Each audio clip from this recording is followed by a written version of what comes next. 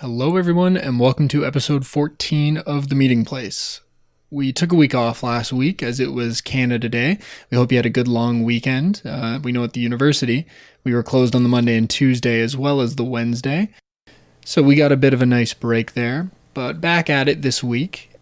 And we wanted to ask that if there is any students who are interested in sharing their experiences on our podcast, send us an email because we'd love to hear from you and hear what you want to talk about and the experiences you want to share.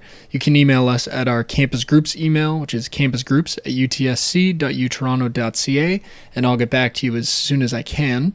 And you'll get the chance to share all the great experiences you've had at UTSC getting involved. It doesn't specifically have to be clubs. We've had people share other experiences as well. So anything that you think was a valuable addition to your time in the classroom, come on the show and share it. In this week's episode, I interviewed Devyani Premkumar, and Devi talks about her experience with the Scarborough Pre-Med Society and all the value she got out of that group on her way to hopefully getting into med school one day.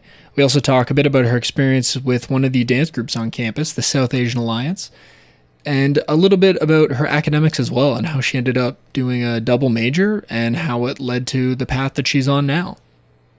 Take a listen. We hope you enjoy it.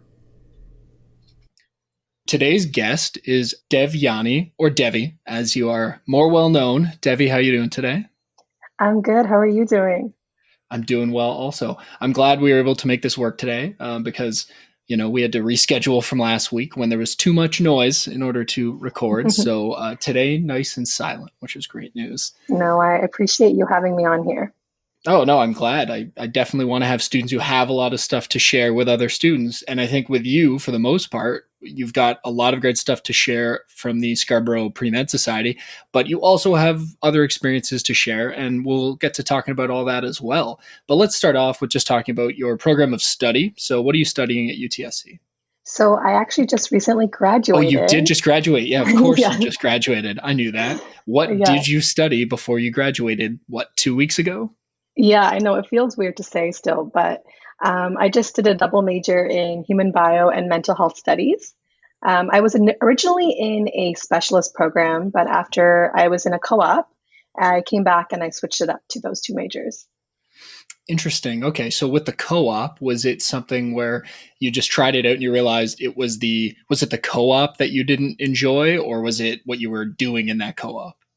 So it was the program itself. I was like, this is really heavy for me, but the co-op is actually what made me realize that I wanted something a little bit more general, or I wanted, two different areas of like learning. When I was doing my co-op, I was at the Sunnybrook Cancer Center at the time, and I learned a lot about mental health there as well.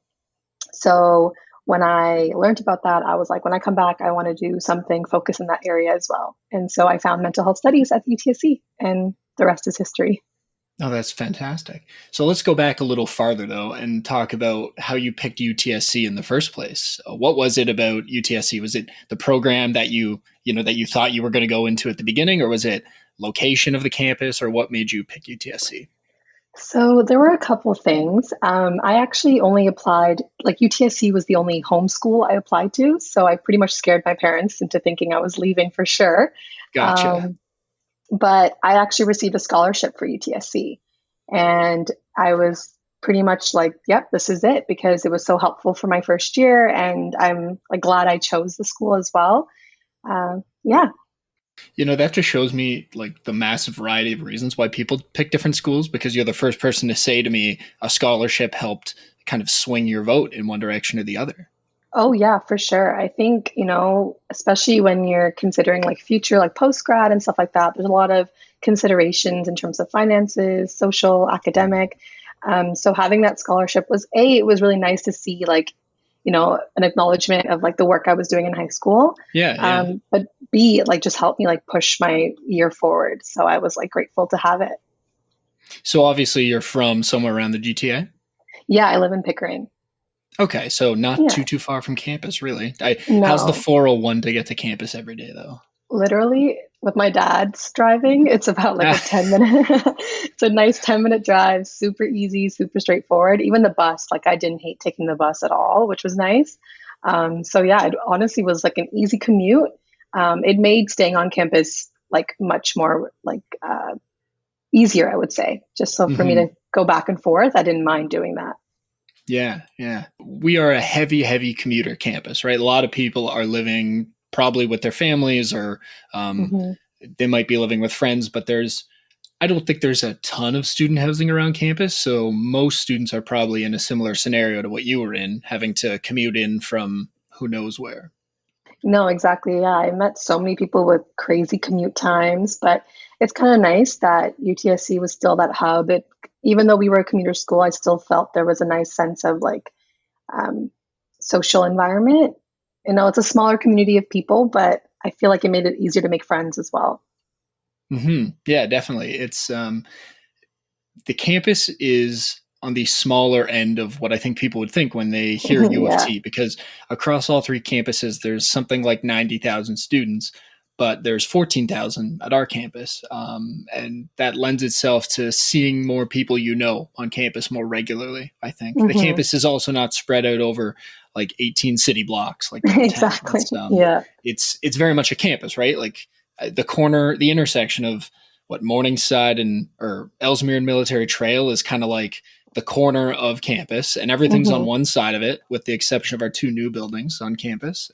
Yeah. So you're always kind of on the campus. It's not like in the middle of the day you like walk through a mall having to get to a different building or anything like that. No, of course. Like I'll be walking to Pan Am and I'll see somebody. I'll be walking to like Tim Hortons and I'll be seeing somebody. Like there's always a reason to stop and say hi to someone, which is nice. I still enjoyed that. It was a nice break from studying all the time for sure. It's funny. Timmy's used to be a regular occurrence for everybody in my office. We would get every morning, or 2-3 days a week, and we would walk over to Tim's together on campus. And then COVID hit, and now we're working from home. And so this morning I was out and I ordered a Timmy's coffee, and I forgot how much I miss it. I remember thinking it's terrible, but it's like part of my culture. And now Right, I realize exactly. when you don't have it, it's something now I want again. So Yeah. No, the first time I had an ice cap was a couple weeks ago, and I was like, oh, this is what normalcy feels like. Okay. yes, I had an ice cap not too long ago too. It was great. Oh, and it's like perfect ice cap weather outside, right? Seriously, yeah. I'm grateful for that too. Definitely, definitely. Going back to your major there. So, what was it exactly about your co-op that made you realize you wanted to diversify a little bit and get those two separate majors that were a bit different than what you thought you were going to do? Oh, so when I first came into university, I was a specialist for molecular bio and biotech. So it was quite specific. And then when I got into my co op, it was really big on clinical experience. So, really working with patients one on one, working with registries and like different healthcare workers. And for me, I was like, this general scope of research and having that direct impact of my research was really, really kind of beneficial in changing my majors. So Hmm. that's part of the reason why I chose human bio, because I was like, it's general, but it's still giving me that clinical aspect of what I wanted to learn. And then in terms of mental health, seeing people and how they're dealing with their mental health concerns in the healthcare environment, in addition to having these chronic illnesses. I worked at the cancer center, right? So cancer is a long time journey. So Mm-hmm. having to deal with cancer as well, in addition to mental health, it's a big deal. And for me, I was like, okay, in order for me to address this concern that I have, I need to learn about it. So when I went back to school, I was very passionate about making sure I knew, all the ins and outs about mental health. And I think UTC's program did a great job in doing that for me. That's a really good story about how you ended up picking those two things. What was the name of the place that you did your co-op anyway? I worked at Sunnybrook Health Sciences Center, specifically in the Odette Cancer Center. And I was working the hematology department within there, and they have a clinical trials program. So we were, consenting patients to join our programs and be a part of the research with us. And I really liked it because it wasn't just treating the patients, it was getting them actively involved in studying and learning more about their condition and what they can do to contribute. Oh, that's interesting. Hmm. I'm curious what the process was like to actually get a co-op in the first place. I realize I've talked to a couple people who did co-ops, but I've never actually asked about what the process is like, because I have to imagine it's pretty intimidating for students the first time around. I remember I used to work at the University of Waterloo, and we had a whole building. It's a very big co-op campus, and they had a building that was just for co-op, and you would have these interviewers come in and like book rooms, and students would just sit in this lobby in their suits waiting until their name got called for the interviews they had set up, and it just Yeah. seemed so intimidating. So what was that like for you at UTSC? Ooh, I go back and it's like having a fever dream. I'm like, oh my gosh, this is kind of scary. No, so in second year, I was taking a lot of heavy courses. So I was already feeling a little discouraged about, potential job aspects.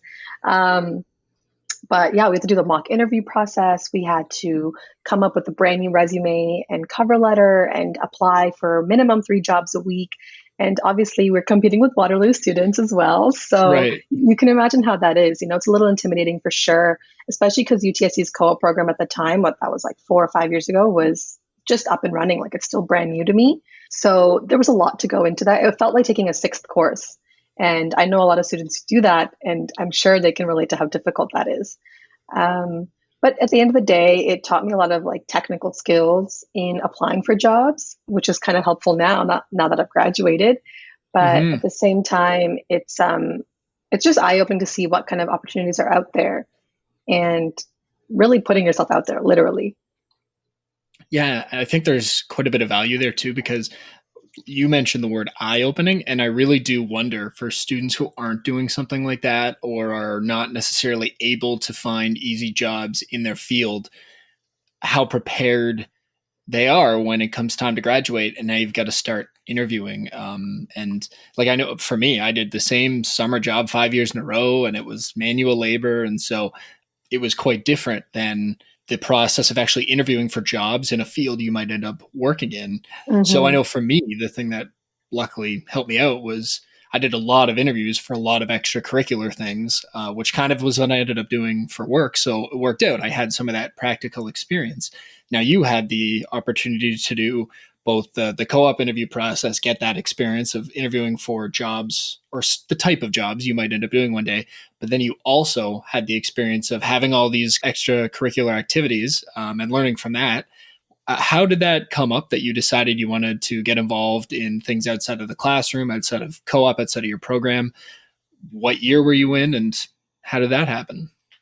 Oh, okay. So in my first year, I remember being extremely overwhelmed. So, like, literally the first month of university ever, I would go to school, I would do my classes, and I would literally take the next bus out because I was just like, I can't, this is so overwhelming to me. And I don't know what it was. But after that first month, I applied for a couple extracurricular positions, one of them being the Scarborough Pre-Med Society, and I joined as a first year representative or like a junior associate. And it honestly changed my whole outlook on the next 4 years because having that extracurricular really balanced out my school academic life because that's probably what was overwhelming me at the time. Yeah. And just meeting, honestly, apart from all the work we were doing, meeting those people and having those upper year students to just guide you and show you that there's light at the end of the tunnel, it's really nice to see and really nice to have that kind of comfort in a team. So yeah, I honestly, I that's one of my best. I mean, the greatest things that I've done at school is like being involved, just because it really kind of like quote unquote, not to be dramatic, but saved my undergrad career in a way because it just made it everything 10 times better. Yeah, right. It's and you did it pretty early on too. I mean, if you're Yeah. saying you spend that first month so overwhelmed, which it absolutely is. So, Hmm. you get there and it's like all that freedom of you're in charge of your whole schedule and day and what you do now. And Hmm. maybe that's not everyone's experience, but I know that's the experience a lot of people have, right? So to have to just manage that is a lot, right? Yeah, And exactly. I would think there are some people that would worry, how could you end up taking on extra responsibility early on when you're overwhelmed? But I also think there is a large number of people who would say getting involved and stuff like that actually helps you manage your time much better because now you have to make things a priority so you can do all the things you want to do. Was that your experience? Exactly that. Because like I literally thrive when I have a few couple things on my to-do list. Like I can't, because that's what happened, right? I would go to class and class would be over by 3 p.m. And then it was like, oh, so what do I do with the rest of my day? But and Yeah. like when you were in high school, like you had this like extracurricular to attend to, this club to be at, this meeting to do.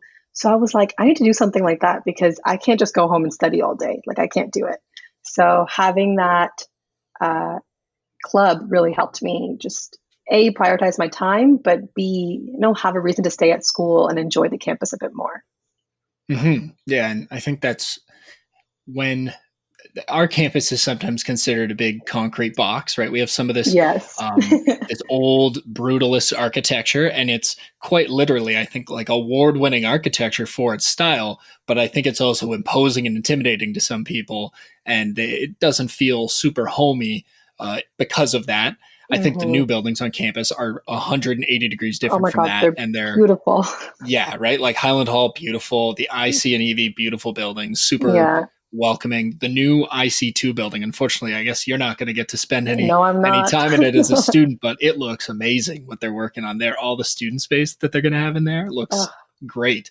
But yeah, you got to find a way to make campus feel like home and feel like it's something to like it's a place you want to be other than to take classes. And I exactly. think the university experience, the academic side, it is a choice to be at university. I mean, you've got to have the grades, but then it's a choice that you make actively to pursue that education. But I also think for a lot of students in first year that it's also just the path they think they're taking or they're supposed to take or their family wants them to take. And so hmm it's not that they aren't interested in that. It's just they've never really thought about anything other than this is what I'm supposed to do next. So it can be really beneficial to find something that is truly unique and your own. And that's something that makes you every day or every 2 days a week, whatever it is, get excited to be involved in beyond the stresses of regular academics. No, 100%. Like it's just nice to even, like see your like council mates or club mates on campus. Then you're like, "Oh, hey." Mm-hmm. Like, it just adds to the people that you know. Planning events together, all that kind of stuff. Like it just that team feel is really nice, especially when, like you said, we're at a commuter school. We don't have a lot of like homecoming games, things like that, and that Mm-hmm. sometimes that can change your schema about how you like perceive university. But when you make it your own, when you find things that you truly enjoy, I think it just makes studying and being a part of everything that much better. Definitely. And I think I'm just thinking back to something I said earlier about the size of the campus and realizing that sure it's not as intimidating 14,000 people as the 60,000 odd downtown is, but there are a lot of people that might come to our campus who are from towns of like 3,500 people. So 14,000 is huge. hmm So being able to know a bunch of people that you meet in a club and then see them around campus, it just connects you to more people that are on campus around you when the inverse side of it being a small campus is that it might be a huge campus compared to where you live, depending on where you're from. it's interesting that you bring this up, and I realize, like, reflecting back, one of the biggest things that overwhelmed me was the diversity, believe it or not. So, being as someone who's South Asian, I actually was in a predominantly, like, I was the minority in my high school. Mm-hmm. So when I came to UTSC, there was just so much diversity, and I loved it. But at the same time, I was like, oh, now I have to figure out how to navigate this like new space, where Yeah. I'm kind of like, quote unquote, I see more of me. Do you know what I'm saying? Yeah, So no, I totally do because I can tell you my experience coming to UTSC was crazy too. I went to Wilfrid Laurier University and then I worked at okay, Waterloo. And I'm actually from Toronto, but I'm from the west end of the city. right. And we've had a lot of talks about this in our own staff team quite recently because of all the crazy hmm racial tension going on in the United States. And not to say that that stuff doesn't exist in Canada as well. It's Yeah. just obviously if you turn on the news, you can see what's going on down there right now. But we've hmm been discussing that, like, and I've brought it up to other people before that. When I came to UTSC, I was surprised at like the level of diversity. Where when I went to university, so I'm a white guy. In case anyone listening to this has not seen me before or met me, and when I went to Laurier, I think like 80% or more of our campus was white, and so right. it didn't feel any different to me. And then when I came to UTSC, I think less than 10% of our students are white, which is a stat hmm that SCSU said at orientation week a couple years ago. And so I was dealing with a whole different diverse set of students with different needs and different cultural backgrounds. And so Exactly. I Yeah. I kind of I can relate to what you're saying, even if our experience was different. I get that. Right. No, 100%. Like you said, if anything, the current situations happening in Canada and the States are just making me that much grateful for having that sense of community when I was Yeah. in university, and knowing that that was a privilege for me too, because a lot of people don't get that. So again, it was overwhelming at the beginning, but I'm so happy to see, like, reflecting back, how I've used it to my advantage and how I've become a certain person with a certain identity, and how I'm going to use that, going forward, and hopefully be like a mentor for other students going through the same thing. Hmm. Yeah. To get in a little bit to the benefits of that diversity, because I think what we're both saying is it was a different experience, but a great beneficial experience. Exactly. There is, like, I don't know, 200 cultural events on campus every year or something like that. Like, there's so many Hmm. opportunities to learn about different cultures and experience different traditions and different food, which has been my favorite part about working at UTSC. Yeah. Um, all those things, I'm sure, are things that the world is a diverse place, right? So it's going to Hmm. benefit you in the long run, having had all these experiences. Whatever you're going to be doing after this, work wise, you're going to be dealing with Right. people from all over the place. So it's so beneficial to now just have had the chance to interact with people and learn things that you might not have known before you were in university. No, 100%. Like, I think for me, it was like just finding that sense of belonging that I not have had in high school, and Yeah. coming to like UTSC, seeing this, I was like, oh, this is what it feels like, and it feels great. And not only was I just, yeah, quote unquote, like belonging, but I was also learning. There were so many things that I didn't know about my own cultural Hmm. histories and whatnot, and about the groups that make up my identity. And I'm like, oh, there's a lot to learn. And I think UTSC fosters a great environment for that too. Yeah, and it's funny because I we're talking about the value of diversity for like two actually totally separate reasons. You're talking about your feeling of belonging, right? And I'm talking Right. about learning about other identities and cultures that I don't belong to, but the uniqueness within those Hmm. identities and cultures. So, I mean, obviously, we've both had great experiences Yeah. with the way the campus is. So that's great. No, for sure. Now, let's get into a bit about the specifics of the Scarborough Med Society, because I know that's been your biggest achievement, I would say, in terms of extracurricular activities, the way you've kind of worked yourself up in the group over the course of the years. So, walk me through what it was like after you got involved in that group in first year and how you've progressed up to becoming the co president in your last 2 years, was it? Yeah, my last 2 years. Okay. Ooh, this is a big one. So for me, again, I joined as a first year, pretty intimidated, but just willing to be a part of something. And the Pre-Med Society I liked mainly because in their little bio, when they were describing who they were also new in 2015 when I joined. So it was kind of like two of us, like the council and myself, were both new. We're both figuring out like who we were. So it was kind of nice to be a part of that. And in their bio, they had a quote that said, "We are a non-competitive platform." And I loved that because, UTSC, as I'm sure you're familiar with, is quite competitive. And so for me, I was like, I need something like that to be able to thrive and to be able to, ask questions and learn without feeling like I'm competing with other students. And I think SPS did a great job at the beginning for that. And so once I joined, we were just solely helping, like providing workshops, seminars, bringing in doctors who were UTSC alumni who then went to U of T Med, and then to come and speak on their experiences.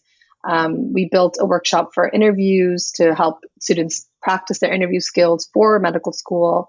And as I progressed, I went from a junior associate to the VP operations. So really kind of diving into the backdrop and seeing what goes into event planning, what goes into, the financial aspect of a club, what goes into elections, things like that. And then in my third year, I came back from co-op and I joined as the co-president with Lulu.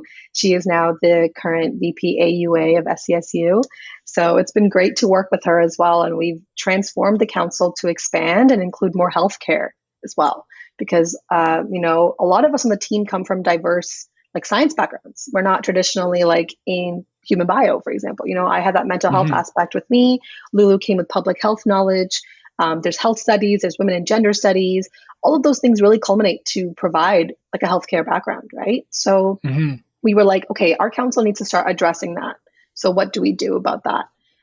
So we started having like networking events with a healthcare grad panel, which was really nice.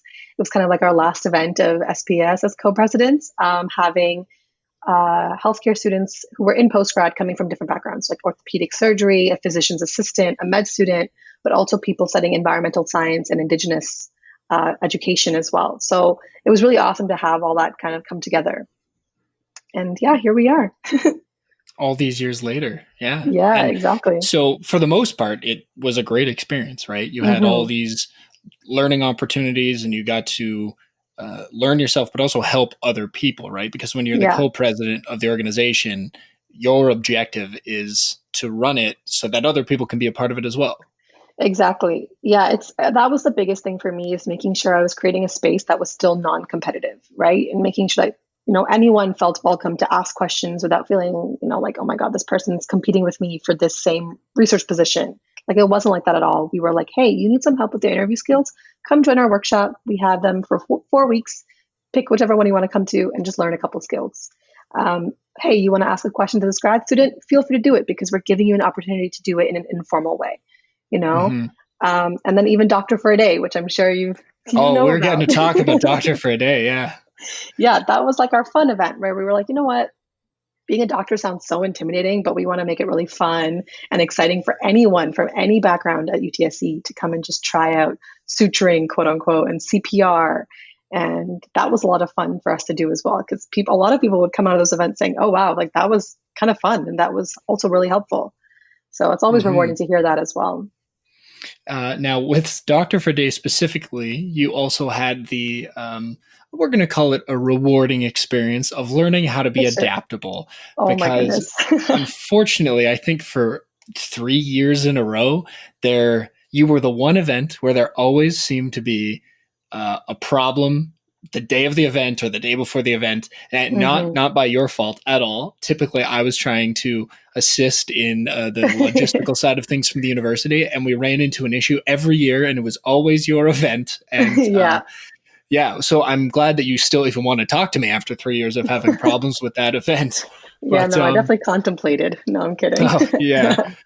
So to give people a bit of a background, you had mentioned suturing CPR. So talk about what that event was kind of as a whole.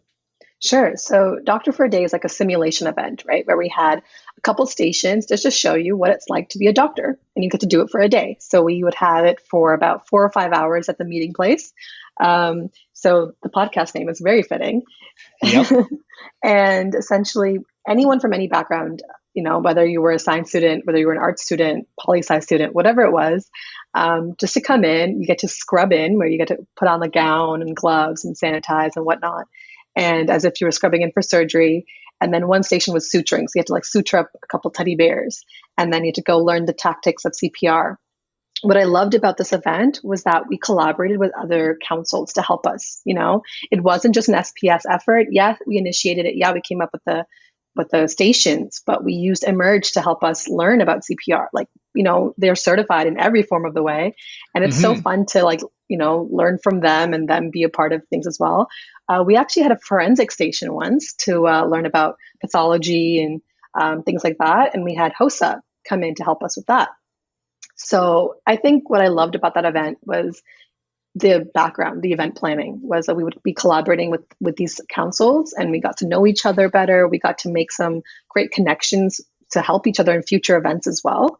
And yeah, of course, problem solve and adapt when things were, when things were hitting the fan, as I should say. But but it's good. I think what I liked is that how DSL is there for the students, right? It's for student councils. So when we had an issue, you were very quick on telling us hey, I have a proposed solution. I know it sucks, but maybe we can see what we can do. And I think that definitely taught me a lot as well. And I'm sure Lulu can attest to it as well, where when we're brought up with a problem, we have no time to worry about it. We have time to fix it and come up with an alternate solution that still provides the best experience for our students at the end of the day, right? Yeah. And there is I always heard it as an analogy about piano players, but I think Mm, it applies to things like this as well. Where, so if you're performing in a concert up on stage playing the piano and you miss a key or a note, the audience might not even know that you missed a note because they didn't know it was supposed to be there in the first place. And I think you can apply that to student events where, sure, we wanted to have your big section boxed off with pipe and drape, but then when at the last minute that wasn't available, we worked out some other solution, and hmm. people who showed up didn't know that it was supposed to look differently, right? So um, Exactly. that's why it's actually more stressful for the people running the event than anyone else, because what you have this image in your head of how it's supposed to go, right? And of course, Hmm. when you plan it to be perfect. Why would you Hmm. plan it to be anything other than exactly what you want it to be? And then something happens, and then you worry the event's not going to be nearly as good, but then people show up, they participate in the event, and it's all they know is what they saw when they were there. So Yeah, um, exactly. yeah, so much more stressful being the person on the other side of things trying to plan it out, right? Yes, and I definitely learned that in my last 2 years for sure. I think it was good, obviously, in knowing that there's a lot of effort that needs to be put in to deliver these events, even if they're small scaled, like contacting people, doing some outreach, making sure you're marketing your, events properly, making sure you're reaching out to the student body and saying, hey, like we're here for you. So it's a lot of work for sure, but I think having a strong team with you really helps. Um, I've been teaching myself not to take on all the work, that's what a team is for. And I think that's been great. We have a really strong team, and being able to delegate those tasks and trust our team to deliver is really awesome. So, you know, I always have my team to thank for that. Yeah, that's the beauty of being involved in a group that isn't where you're not the only person who Hmm. really cares for what you're doing. Yeah, There are many other people out there who want to achieve the same objective as you, right? And so you can lean on them, and it's sometimes they'll lean on you. And exactly. um, that's the thing about school. Everybody has different busy periods too. So having a team Yeah. there to help back you up when things get kind of crazy for you can be super advantageous. And it's kind of going back to that analogy that you mentioned with piano. Like even with dance, we're taught the same thing where like they don't know if you've messed up, you just keep dancing. And at the end of your routine, you just like you feel out of breath, but you feel so accomplished. That's how it is with events. Like we finish our event, even if things went wrong or things went crazy and we fixed it, whatever. At the end of the day, we all look at each other and we're like, we just did that and it's done and we did a great Hmm. job. And it's always nice to have your team to lean on after and like go enjoy some pizza and just, like relax after all that event. Definitely. Yeah. Yeah. Well, and this provides a great segue because what I wanted to actually ask you about was your experience with one of the dance groups on campus. And so you Hmm. happen to bring up dance there. So now is the time. Let's get into that. So you were part of the South Asian Alliance. Right. So this kind of goes back to the diversity conversation we were having. I was really like, you know what? There's an amazing cultural like scene here at UTSC, and I wanted to be a part of it. I've been dancing since the age of 5, but there's so many dance groups on campus, and so South Asian Alliance was for the first time in like 9 years. I think they were hosting, they were hosting a tri-campus team for the North American Culture Show that was happening. This was in 2017, 2018. So I was actually in my co-op during this time, and I was like, I'm working, but I need something to balance this out. And dance was like the perfect opportunity. So I joined the team, and it was so rigorous to be training all the time because it was for a competition, right? So I Hmm. definitely learned and trained in a lot of different dance styles, but I really connected so well with the arts community as well as connecting to my cultural like dance background. In Bollywood and even hip hop and jazz, it was all kind of mixing together. And I think that was so much fun, but it was also such a great balance to, again, everything. I think being a part of the arts is really, really beneficial and just changing your lens a little bit, modifying your perspectives, and just having an outlet to be a little more creative.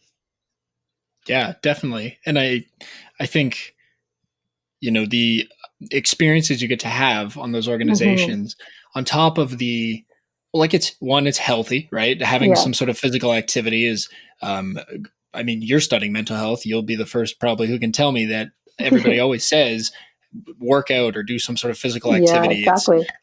I noticed that particularly when COVID-19 happened and I was Mhm. at home every day. I was like, I got to get outside and just be active instead of sitting in my house all day. Oh my So God, yeah. yeah. And the level of, um, I don't know, camaraderie maybe is the right word for other hmm people on that team, because you're all working towards this. Like, this is a big dance group, right? Like, wasn't there like Right. 40 people on stage at some points dancing? Yeah, there was like a lot of us because it's a tri-campus team. So Right. we had a Bhangra team from UTM, we had a bunch of dancers from St. George, and we had a lot of dancers from Scarborough as well. But it was just amazing for all of us to come together and have our sections and then help each other like at the background. Oh my God, when you like run off stage and you have to like change your outfit and come back in or change your costume. It's hilarious, but it's like you'll reflect back and it's funny, but it wasn't funny at the time, you No, know. I can imagine. Yeah. But it was just a lot of hard work, but it was hard work together. So it made everything that much more bearable and that much more fun. hmm And Yeah. then I imagine, from the fun perspective, the competition that you compete in is a massive competition, right? It's Yeah. is this the one that was in like Brampton or Mississauga? Yeah, it was in Brampton, and I think we were competing against 12 other schools, or it was a total of 12 schools we were competing with, and we were the kind of like the underdogs because we hadn't competed in like what I want to say 9 years. I wanted to say, so people were kind of like, What are they here for?" So it was kind of nice to have that as motivation as well to just hmm deliver and like leave it all on stage type thing. Our theme was Game of Thrones, which I thought was amazing. And we basically like surrounded all our scenes and sets around that. And then we came in third place. So, it was really nice and rewarding to have That's that. awesome. Yeah, it was good. It was a good feeling like, you know what, we're here and we made our mark and it felt nice to be rewarded in that way as well. Yeah, no, that's great. And that's just one of the many dance groups on campus. So if Yeah, anyone's listening to this and wants to get involved in a dance group, there are plenty of opportunities on campus. yes. Even if the South Asian Alliance isn't the right one for you, there's lots of other groups out there. I will say So 1265. 1265 is an amazing yes, dance group. I did a couple of their workshops during like the last couple of years. Amazing. Like, and the team is so sweet and so kind and inviting. Like, whether you're a beginner or you're intermediate or advanced, like it's there for you to enjoy for sure. yeah, that's the nice thing about student engagement on campus, student activities is what I've kind of referred to it as sort of like low risk situations, because this isn't it's not like a professional organization you're paying to be part of so you can go compete in Exactly. something. It's supposed to be there for fun. Like, the hmm primary reason everyone's on campus is to get an education, and all this just enhances that education. It's not the most important thing in the world to anyone, I would say, but it's certainly, they can be really important and really fun things to do in addition to education. Yeah, and I'm sure you can agree, Jonathan. It's like I think the best way to make those friends that really mean a lot to you is through these like councils and clubs and workshops and dance whatever and arts hmm communities because again they're all here to study but they're also here for that interest that you also have, right? So like you're able to connect on that interest and then I've made a lot of my lifelong friends through extracurriculars. So I think it's pretty awesome to say. Definitely. Yeah. And to give you an example of how good lifelong friends you can make from that type of thing, I have a friend who I met through orientation programming. And when I was hmm transitioning from one job to another, I ended up not having an apartment for about a month in Waterloo. And Oh she just let me no. sleep on her couch. So, and that There was a you friend go. I made through extracurriculars. So, See, there you go. yeah, great friendships come out of all that type of stuff. I know, no, you're for sure. It just improves your lifestyle. And it gives you a couch to sleep on. So why not? Exactly, exactly. Now you know people all around Toronto, maybe all around the world, whose couches you can sleep on because you met them through the Scarborough Pre-Med Society. Exactly. So, speaking of pre-med, it sounds like your next step is looking towards medical school. Is that correct? Yes, it is. It's definitely a scary thing to say out loud. Just, I'm sure a lot of other kids who are interested in medicine know the feeling of how competitive it is and how like intimidating it can be. But yeah, my goal is to be in med school or in healthcare in some form or way. Right now, because I have a year just to take a break and relax, I'm hoping to go back into some type of, career opportunity that reflects my learning now that I can Hmm. say BSc next to my name. But yeah, medical school is the dream right now. All right. So the process for that, it sounds like it's a lengthy process. So you're Hmm. working through the application process over the course of the next Hmm. what 6 8 months, however long that is, and then Yeah. you find out about a third of the way into next year or something like that, and then you would start the Yeah. following September, right? Right. Yes. So that's Hopefully. a very long process. Like, well, that's 14 months from now. And it's a lot of anxiety too. Like that whole Oh, I believe time, it. you just sit there waiting, right? And like and Yeah. everything feels upended. But I will say for anyone who's entering university or about to graduate or in the middle of it, med school is something that you need to want all the time. Like it can't be Mm. like a one off. And that's not to scare anybody. It's a learning process. Like obviously when I was in first year, I was like, yeah, medicine. And then in second year, I was like, maybe it's not for me. And then I went to co-op and that passion like came back again. So it's definitely a bumpy road. Don't expect it to be smooth, but I think it is a process. And I think it's a process that requires support and that requires your constant motivation to be like able to tell yourself like, hey, you can do this, and you just got to keep going. You got to keep trying. That's all it is. Fantastic. Well, Yeah. that's some great advice. And I think we should just end on that then and let Yeah, of people course. float off with dreams about medical school and start to plan out what they're going to do in order to make it a reality for them. Yeah, So, of course.